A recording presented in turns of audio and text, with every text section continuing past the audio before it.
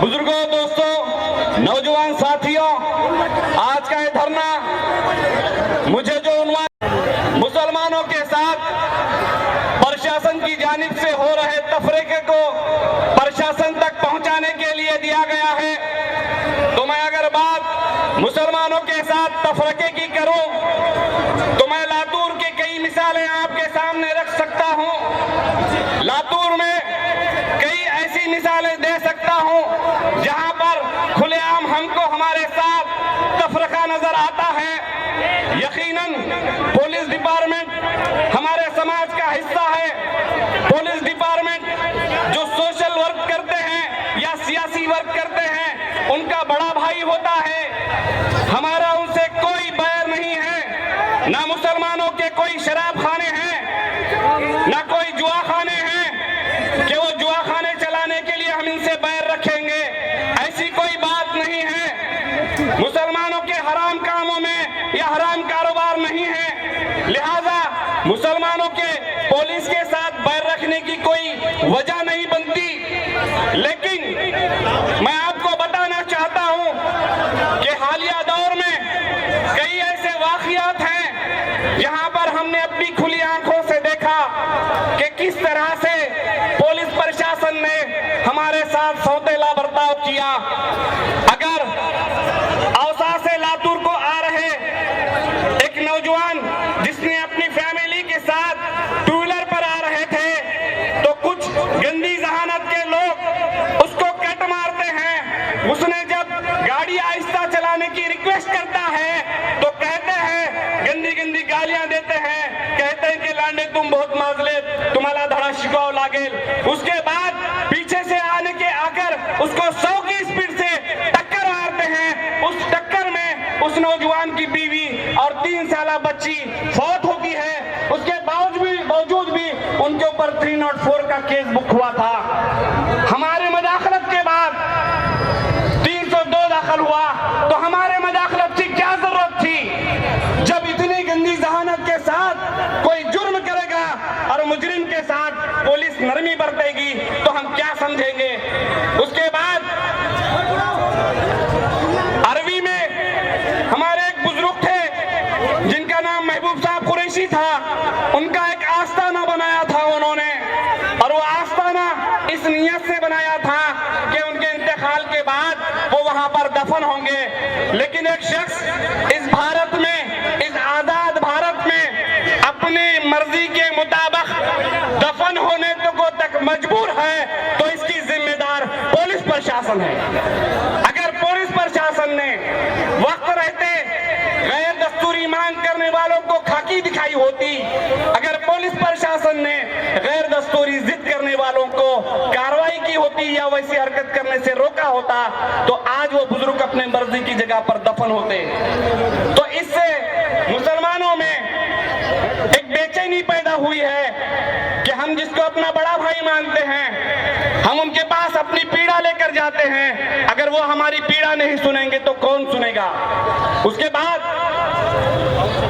लातूर के तमाम लोगों में ये कैफियत पैदा हो चुकी है कि लातूर का गांधी चौक नौजवान मुसलमानों के, बेखुसूर मुसलमानों के कानूनी कत्लगाह बना हुआ है।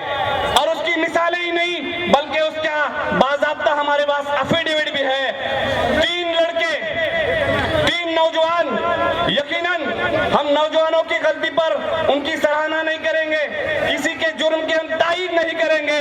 3 नौजवान जो एक कैफे में बैठकर अपने फ्रेंड्स के साथ कुछ सेलिब्रेट कर रहे थे, वहां पर वो कैफे वाला किसी ग्रुप को बुलाता है, वो ग्रुप आता है, उन 3 नौजवानों को मारते हुए गांधी चौक पुलिस स्टेशन तक लेकर जाता है और उन लोगों पर एट्रोसिटी और पोक्सो जैसे संगीन केस बुक किए जाते हैं।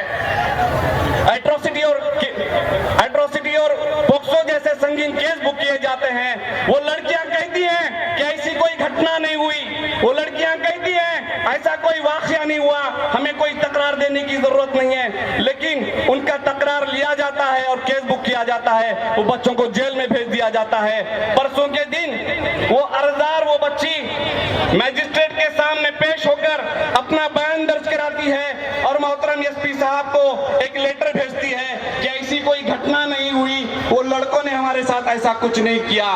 तो जब हमारा ये सवाल है कि पुलिस प्रशासन इस तरीके से अगर अंधाधुंध मुस्लिम नौजवानों को उठा कर जेल में डालेगा, तो क्या आप मुजरिमों को या जुर्म को कम कर रहे हैं या अच्छे लोगों को मुजरिम बना रहे हैं? आप क्या मैसेज दे रहे हैं? और एक केस हुआ आजमगंज गोलाई में, एक लड़के ने मैसेज किया, हम उसकी तारीफ नहीं करते, उस पर कार्रवाई हुई होनी भी चाहिए, लेकिन उसके बहाने से एक अदनान नाम के लड़के को, जबकि पीआई साहब, गांधी चौक के पीआई साहब ये जानते थे कि वो लड़का उसमें मुलविस नहीं है, उसके बावजूद उस लड़के का नाम डाला गया, उसके बावजूद उस लड़के का नाम डाला गया। मेरा हमारे पुलिस प्रशासन जो हमारे बड़े भाई हैं उनसे यह सवाल है, क्या अगर वो औलाद तुम्हारी होती तो क्या तुम अपनी औलाद पर भी ऐसे झूठे केस बुक करते?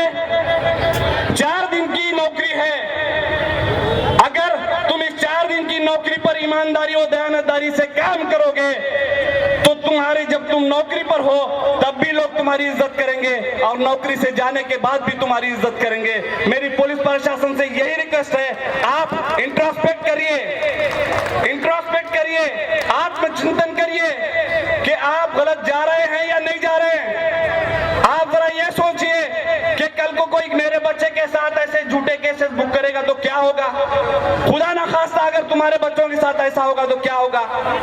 तुम पढ़ लिख कर ऑफिसर्स बने हो, इंसानियत तुम में बाकी है। हमारी रिक्वेस्ट है कि हमारे साथ दूजा भाव ना करें। और अजीज दोस्तों, मैं इस बात को कहते हुए अपनी बात को मुकम्मल करता हूं कि धरना रसूलुल्लाह सल्लल्लाहु अलैहि वसल्लम की शान अक़दस में गुस्ताखी के खिलाफ है, गुस्ताखी के खिलाफ है। लातूर के हमारे पुलिस वाले भाई बोलते हैं कि इसके पास बहुत तलखी है, इन्हें ऐसी बातें करता, उन्हें वैसी बातें करता। और मेरे भाइयों, भारत का ही नहीं पूरे दुनिया का मुसलमान हर चीज बर्दाश्त कर सकता है, लेकिन अल्लाह के रसूल की शान में गुस्ताखी नहीं बर्दाश्त कर सकता। नारे तकबीर। हम अपने बच्चों के सर कटा सकते हैं, हम अपने बच्चों के सर कटा सकते हैं, अपने बस्तियों को उजाड़ सकते हैं, हर बर्बादी बर्दाश्त कर सकते हैं, लेकिन अल्लाह के रसूल की शान में गुस्ताखी कभी बर्दाश्त नहीं कर सकते।